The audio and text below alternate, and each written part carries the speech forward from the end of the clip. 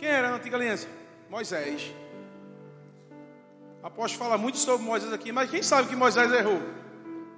Amém? Vamos lá para Êxodo 2, falar um pouco de Moisés. Êxodo 2, a gente vai ler do 11 ao 14.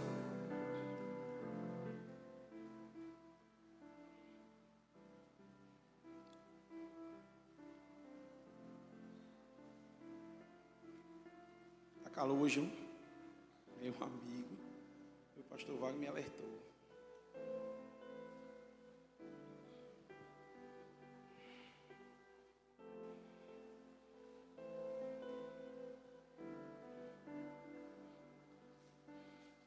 Olha para essa pessoa lá e diga assim: aqui no real dos céus, a sua eliminação não vem pela opinião das pessoas, ou pelo que eu acho, o que é certo ou errado. Vem da regra do Criador do reality. Quem criou o reality? Amém? Então, lá em Êxodo 2, a palavra diz: o tempo passou e Moisés cresceu. Quem aqui cresceu? Amém? E vão crescer mais, amém? Então essa palavra vai frutificar na sua vida hoje e quando você crescer mais, porque você vai ter que ter um entendimento que na idade vamos supor, de Nina até seu castelar, não muda.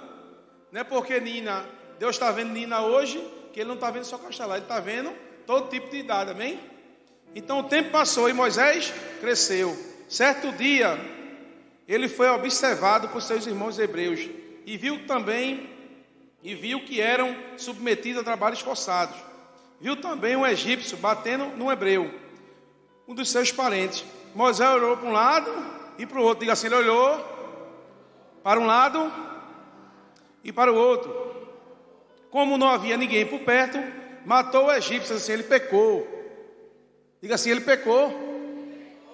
Matar é pecado ou não? Enterrando-se depois na areia. Eu acho interessante essa passagem que ele diz que enterrando depois da areia, que quem assistiu aqui a ministração de Luciano Subirá, ele fala que por muitos anos o pai dele dizia que Moisés, a turma identificou, que a gente vai falar mais na frente, que entenderam qual ele fez aquele pecado. Por quê? Porque disseram, o pai de Luciano Subirá disse que ele enterrou e deixou o dedão do pé do lado de fora. Então assim, o pai de Luciano Subirá dizia isso a ele, como se fosse um quadrinho, mas a gente vai entender mais um pouco. E no dia seguinte ele voltou ao local, e 2 hebreus estavam brigando. E ele disse ao homem que havia começado a brigar: por que você está batendo no seu próximo? O homem recrutou: quem você pensa que é para nos dizer o que devemos fazer? Você quer me matar também, como matou um egípcio? Moisés entrou em pânico. Já descobriu tudo o que eu fiz. Então assim, foi um pecado que foi revelado rápido. Mas Moisés podia ter matado aquele egípcio. E até hoje, ninguém podia saber. Podia, não podia? Podia. Porque tem algo de errado que eu e você fez, que ninguém soube. Tem algo de errado que eu fiz, que minha esposa nunca soube.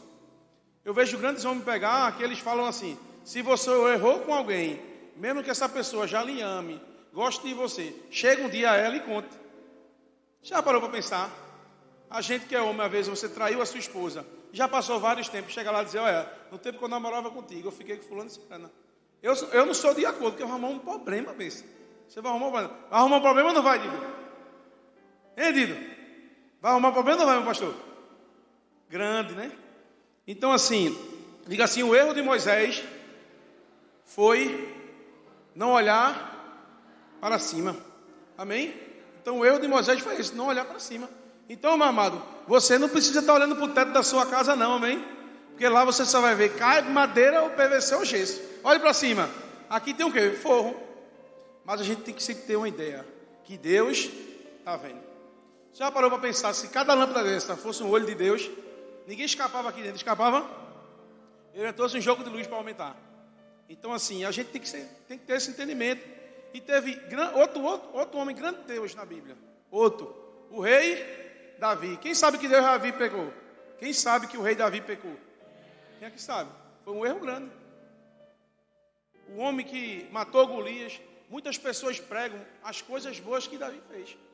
Mas ele também errou. Por quê? Porque nós todos os dias estamos sujeitos. Podemos falhar, amém? Não podemos viver uma vida de pecados ocultos. Mas podemos falhar. Pode acontecer de algo na nossa vida que podemos errar. Amém? Vamos abrir lá 2 Samuel, capítulo 11. Vamos ler a partir do primeiro. É um pouquinho grande, mas eu vou ler. Eu gosto de ler, que é para a pessoa entender. Passagem eu já sei que isso aqui eu já li de trás para frente, feito para trás, mas vamos ler.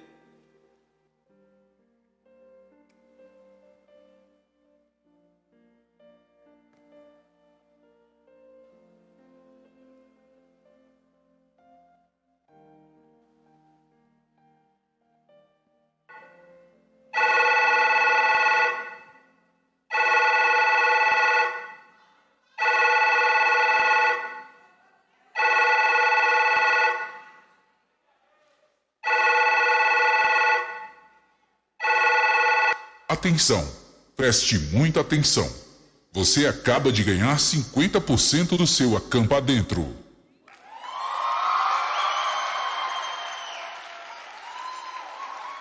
Rapaz, vocês ficaram com medo de atender o telefone. Pode sentar, Davi. Rapaz, vocês ficaram com medo de atender o telefone. Agora eu não vou botar para tocar mais não, porque vão derrubar a mesa. Amém? Parabéns, Davi. Então, vamos ler lá 2 Samuel 11. O cara está ali esperando um iPhone 14 Pro Max.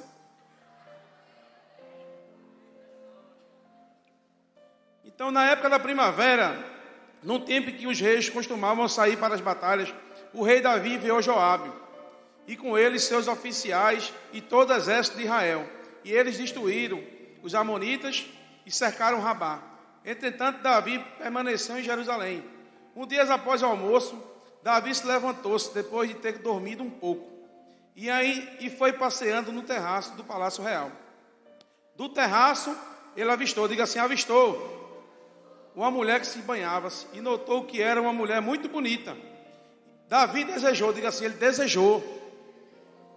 A palavra fala que, principalmente nós homens, né? Quando deseja com o coração, já se foi.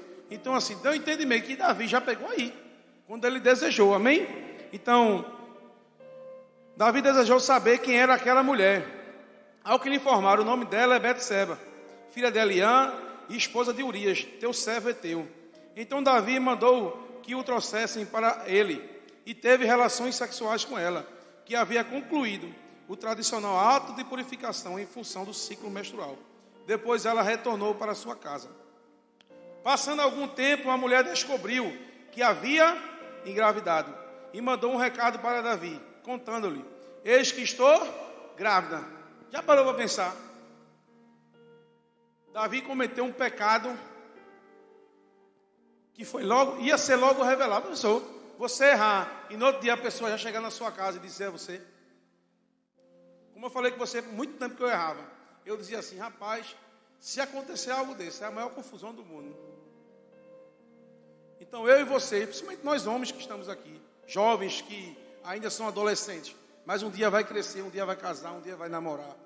Tem que ter esse entendimento, irmão. Se você tem a fidelidade de estar aqui na igreja, conheceu sua esposa aqui na igreja, ama ela, cuida dela, tirou ela da casa dos pais, preserve seu relacionamento. Cuide dela. Não vá cometer o erro que Davi cometeu, não. Amém? E cadê? Agora me perdi aqui. 6. Diante de tal notícia, Davi mandou essa mensagem urgente a Joabe: envia-me Urias, o Eteu. E Joabe prontamente mandou Urias se apresentar diante do rei. Quando Urias chegou, Davi saudou-lhe e indagou-lhe se Joabe e o exército estavam bem, e como estava se desenrolando a guerra. Depois dispensou Urias e recomendou: agora pois vai para a tua casa, lava teus pés e procura descansar um pouco. E assim que Urias saiu da casa real, foi-lhe mandado um presente da parte do rei. A pessoa, o cara pegou a mulher do cara, teve um relacionamento, depois ele mandou um presente para ele. Você já parou para pensar? O rei Davi fez isso. Você não acha que isso não pode acontecer comigo e você? Não pode. Mas se nós vivemos uma vida de santidade, isso não acontece não, irmão. Mas nesse momento aqui aconteceu com ele, amém? O 9 diz: contudo Urias dormiu na entrada do palácio, onde costumava dormir os guardas do rei, seu senhor, e não foi para casa. Então informaram a Davi: Urias não foi para casa. E Davi se apressou a questionar: Urias, não chegasse de uma viagem, por qual motivo não fosse para a tua casa? Chico, qual era a intenção de Davi aqui? Que Urias fosse para casa e tivesse relação com a mulher dele. Por quê? Porque era só um dia após. Um dia após não tem como saber. Porque se Urias passasse vários anos naquela guerra, quando ele voltasse e encontrasse a mulher grávida, era dele? Não. Então Urias prontamente respondeu a Davi: a arca da aliança, o exército de Israel e de Judá, repousa em tendas. Meu comandante Joabe é o rei. E os oficiais do meu senhor estão acampados ao relento.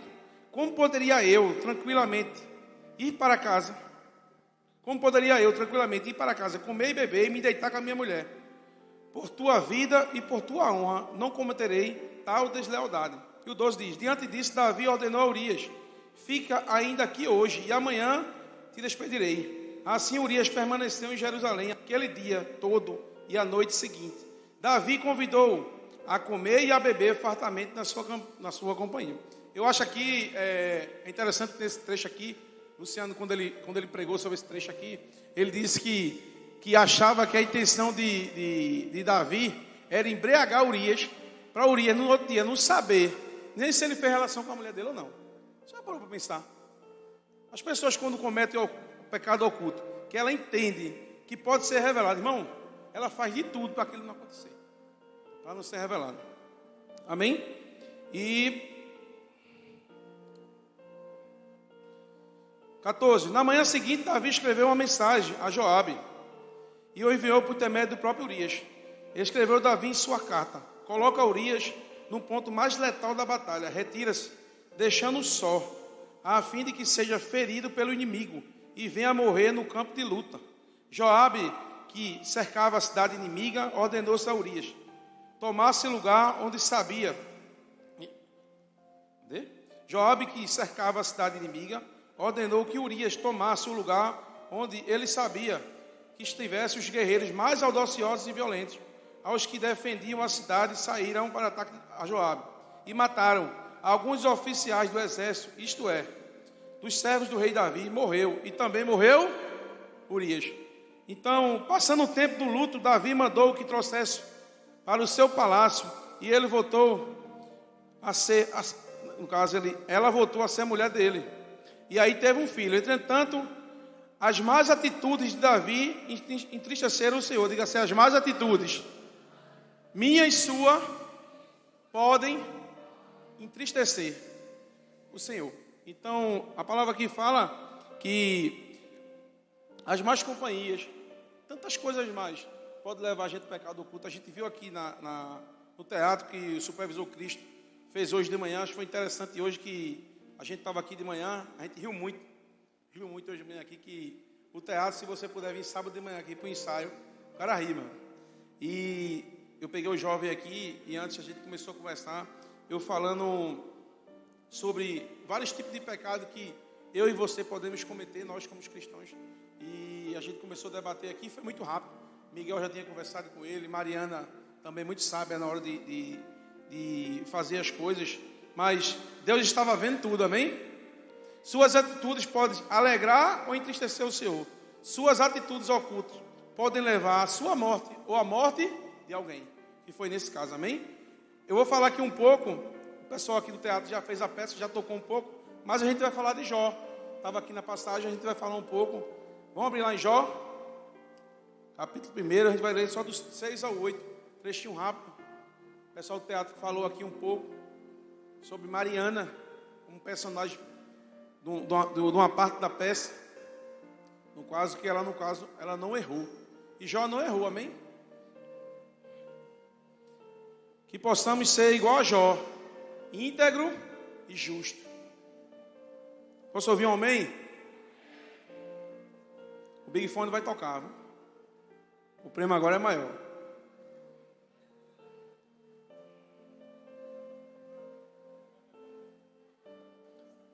Serginho passou ali a expectativa.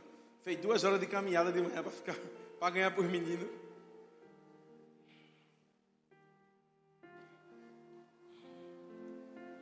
A palavra do Senhor diz no 6: certo dia, os anjos, isto é, os filhos de Deus, vieram se apresentar perante ao Senhor. E Satã, o acusador, aproximou-se também junto com eles. A gente viu aqui na peça que a gente tem um entendimento e a gente já aprendeu aqui, que Satanás está ao nosso... Olhe para cá, Satanás está ao nosso... Amém? Então o Senhor questionou a Satanás: de onde vens? E Satanás deu-lhe a seguinte resposta: de perturbar pela terra, ir e vir pelos caminhos do mundo. Indagou-lhe o Senhor: observasse e olhasse meu servo Jó, em toda a terra não há ninguém como ele, ser humano íntegro e justo, que ama e teme a Deus, e não se desvia do mal. Se Deus olhasse para Satanás agora e observasse a sua vida, o que é que ele ia dizer da sua vida? Você já parou para pensar agora? Se Deus parasse agora numa discussão com Satanás, o que é que ele ia pensar sobre a sua vida? O que é que ele ia dizer? Ia ser igual a Jó ou não?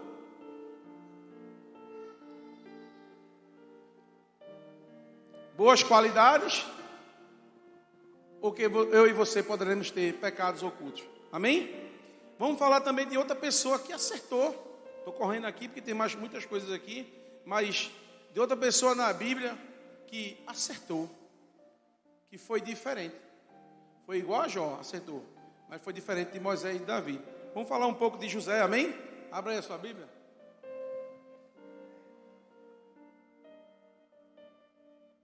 Gênesis 39, do 1 ao 12. Olha a Ângela como está bonita. A Roberta está rindo. Minha pastora não ria dela não. Deus está vendo, Roberta. Gênesis 39, amém?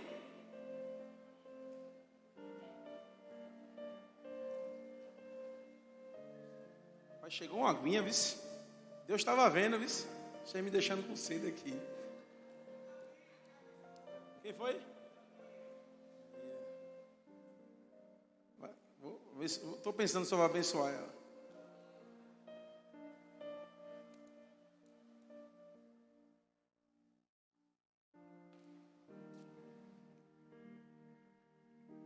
Vamos lá? Gênesis 39, a partir do 1º, a gente vai ler.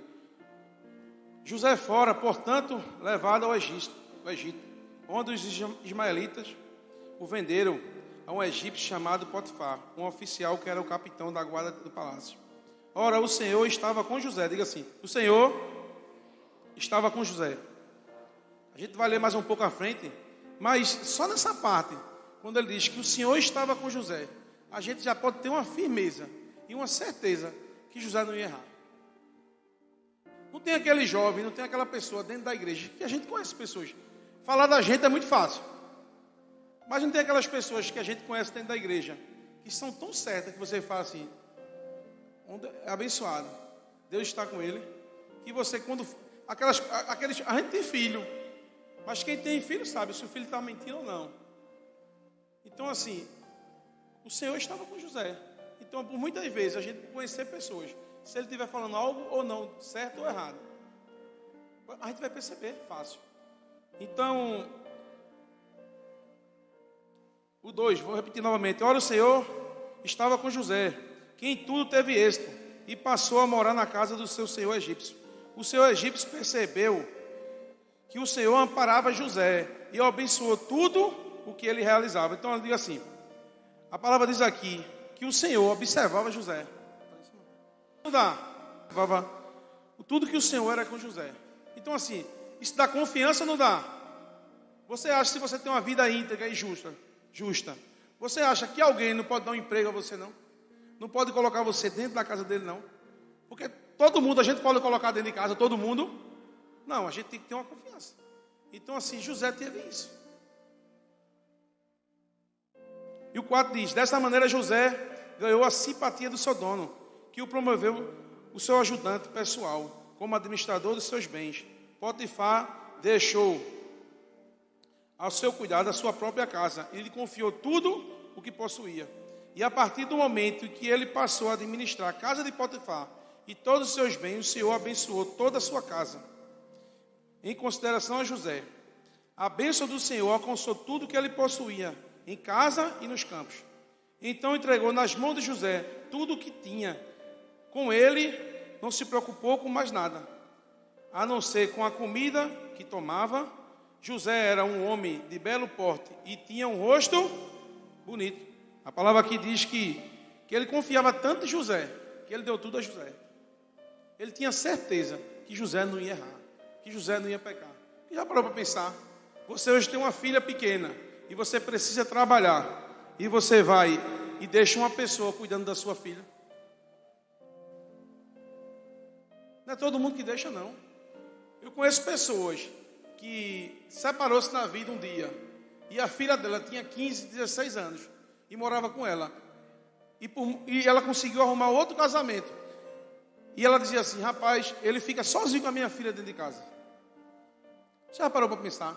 Se eu e você tivesse uma filha de 15 anos, e no caso uma pessoa, no caso a esposa, arrumasse outro marido, e colocasse dentro de casa, e ela fosse trabalhar e ele não. O que é que ia se pensar de uma jovem de 15, 16, 13 anos? Eu não estou dizendo a jovem se relacionar com ele, porque ele não. Mas ele podia pegar ela fosse. Então a gente tem que ter um entendimento que é a confiança. Não é todo mundo que a pessoa vai dar uma oportunidade de emprego, não. Por quê? Porque pode errar, pode pecar. O 7 diz, algum tempo depois a mulher do seu senhor começou a cobiçar, diga assim, a desejar José. E um dia ele a convidou, vem deitar comigo. Você vai parar para pensar, José estava sozinho dentro daquela casa. E ela chamou ele para deitar com ele. Mas a postura dele a gente vai ver lá na frente. No entanto, ele se recusou. Diga assim, se recusou. E afirmou a mulher do seu senhor, estando eu aqui, meu senhor não se preocupa com o que passa na casa, e me confiou tudo o que lhe pertence. Eles mesmos não exercem nesta casa mais autoridade do que eu, portanto nada me negou, a não ser a senhora, pois a esposa dele. Sendo assim, como poderia eu cometer algo tão perverso para com o meu senhor e pecar contra? Amém? Então assim, você já parou para pensar quem era José? Eu e você podemos ser ele, sim ou não? Pecado aqui, para a gente que é homem, é uma situação difícil. Tem muitos jovens, tem muitos homens que não precisa nem chamar para deitar. Se passar na rua com a roupa de academia, é capaz, se tiver de bicicleta, é capaz de cair na rua. Eu observo. Não o povo da igreja, mas como eu trabalho com muitas pessoas do mundo, tem cara, meu amigo, que se o cara deixar, ele bate o carro. Bate literalmente. Mas nós que somos cristãos, a gente se depara com isso todo dia. E a gente tem que ser como José. A gente não pode nem desejar, quanto mais praticar atos. Amém? Porém, todos os dias, diga assim, é todos os dias. Porque Satanás está todos os dias. Você não vai sair daqui hoje e vai ser tentado aqui na esquina, não. Você vai ser tentado aqui na esquina, vai ser tentado na outra esquina. Você vai dormir, vai se acordar. E amanhã de manhã, quando você vai sair para a rua, você vai ser tentado novamente. Você viu aqui na peça. Então, porém, todos os dias, ela insistia que ele se deitasse com ela. Mas José se recusava, diga assim, se recusava. E fazia o possível para se manter longe da presença dela. Diga assim, a gente sempre tem que se manter longe do que é errado. O 11 diz, ora, certo dia, José veio à casa para fazer seu serviço, e não havia na casa nenhum das domésticas, assim, não havia ninguém. Por que eu estou falando isso? Porque na primeira vez poderia ter alguém, mas nessa segunda vez aqui a palavra diz que não havia ninguém. Por que eu estou falando isso? Porque é quando não tem ninguém, principalmente, que Deus está vendo. Deus está vendo aqui essa multidão, mas se tivesse só uma pessoa aqui, Deus estava vendo do mesmo jeito. Amém? A mulher agarrou pelo manto e voltou a apelar. Vem, deita comigo. Contudo, ele fugiu da casa apressadamente. Irmão, corra. Fuja. O desejo pode vir, irmão. Mas não se agarra no desejo, não. Ele pode até chegar. Você pode até ir para casa daqui a pouco. Eu me lembro que eu ando muito com o apóstolo, vocês sabem, eu posto muito a foto com o apóstolo, passeio, e ele disse: Chico, a gente vai deixar de vir para o Shopping Northway. Você pode ver que a gente, quando sai agora que posta a foto, a gente está indo para uma padaria lá na Várzea. Mas se lá chegar um ponto que não presta mais, a gente não vai para lá. Por quê? Porque no shopping agora de Paulista colocaram uma academia. Então, às vezes, o cara está lá, abençoado, indo para subir o elevador, quando vem, entra uma mulher, com aquela roupa colada. Então, quando começou a gente comendo na praça de alimentação, eu e os pastores, a gente conversando na palavra lá, o apóstolo disse: vamos deixar de vir para o shopping. Aqui não é mais ambiente para a gente estar. Porque a gente não está vivendo uma vida errada, mas é melhor a gente não estar perto. Até as pessoas podem ver. Então, assim, o apóstolo, você pode ver que a gente mal deixou mais de ir, a gente ia para o Café São Brás, mas a gente deixou de ir, amém? E vamos abrir lá em Jeremias 23, 24. Jeremias 23, 24. A gente vai ler mais alguns versículos aqui, para a gente...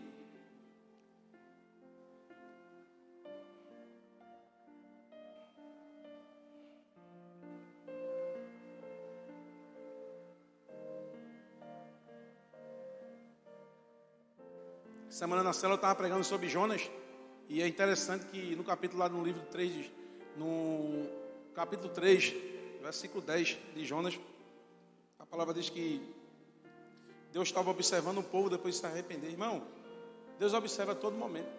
Deus observou tanto quando Jonas acertou, quanto quando Jonas errou. Mas Ele observa atentamente. E há um galardão quando eu e você fazemos algo certo. Aquele povo, quando se arrependeu, que não fala só do povo, fala do rei, fala de todo tipo de gente, se arrependeu naquela cidade. Deus observou e deu uma nova chance. Então, nessa noite, se você chegou aqui, irmão, você pode ter, irmão, não pode ter vergonha. Você não pode ter vergonha. Daqui a pouco a gente vai pedir, vai botar um louvor daqui a pouco. E você não pode ter vergonha de pedir perdão pelos seus pecados. Não, irmão. Não adianta você passar uma vida na igreja, uma vida vivendo, mentindo, na frente do seu líder. Você prega, você fala bem, vem trabalhar na obra da igreja, você é uma boa aluna na escola, mas você, quando está só, você vive uma vida de pecado, amém? Então, Jeremias 23, 24, eu vou só falar alguns versículos aqui, o louvor já pode subir, daqui a pouco vai pedir para orar pelo povo aqui. Mas Jeremias 23, 24 diz: pode alguém esconder-se em esconderijo sem que eu observe? Assegura o Senhor.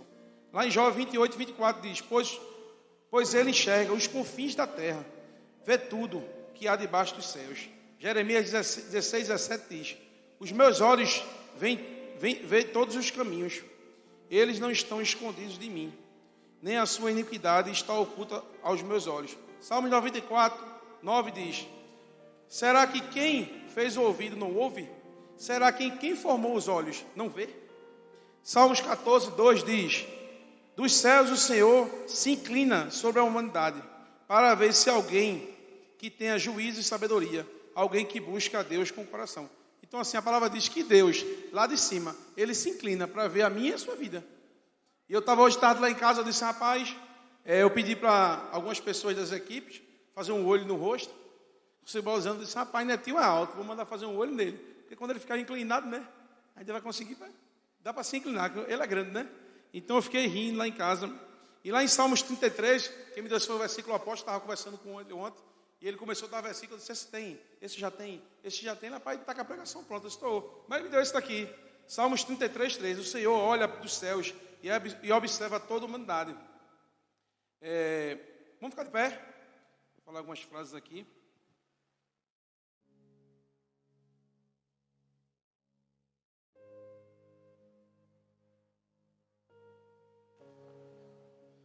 A reputação é o que os homens pensam de nós.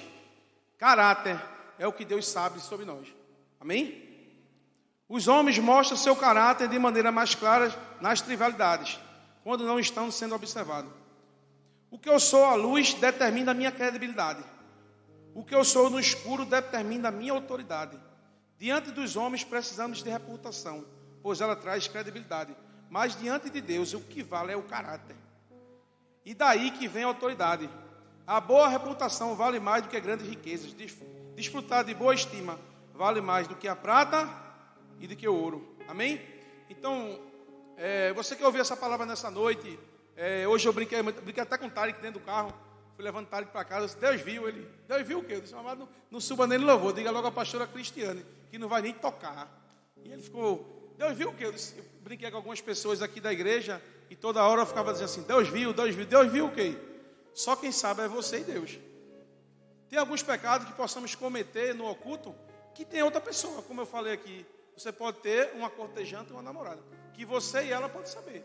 Mas tem pecados, irmão, que só você sabe, Deus. Então nessa noite a gente vai colocar um louvor aqui, o pessoal vai apagar as luzes aí. E nesse momento você que quer fazer uma aliança com Jesus, você vem aqui na frente. E você que faz parte da igreja, que você possa ter cometido algo errado, que você não vai precisar dizer a gente, amém? Você pode vir aqui na frente, que a gente vai orar pela sua vida, amém? Então nessa noite feche seus olhos, o louvor vai tocar. E se você cometeu algum tipo de pecado que você quer se arrepender, você vem aqui na frente e a gente vai orar por você, amém?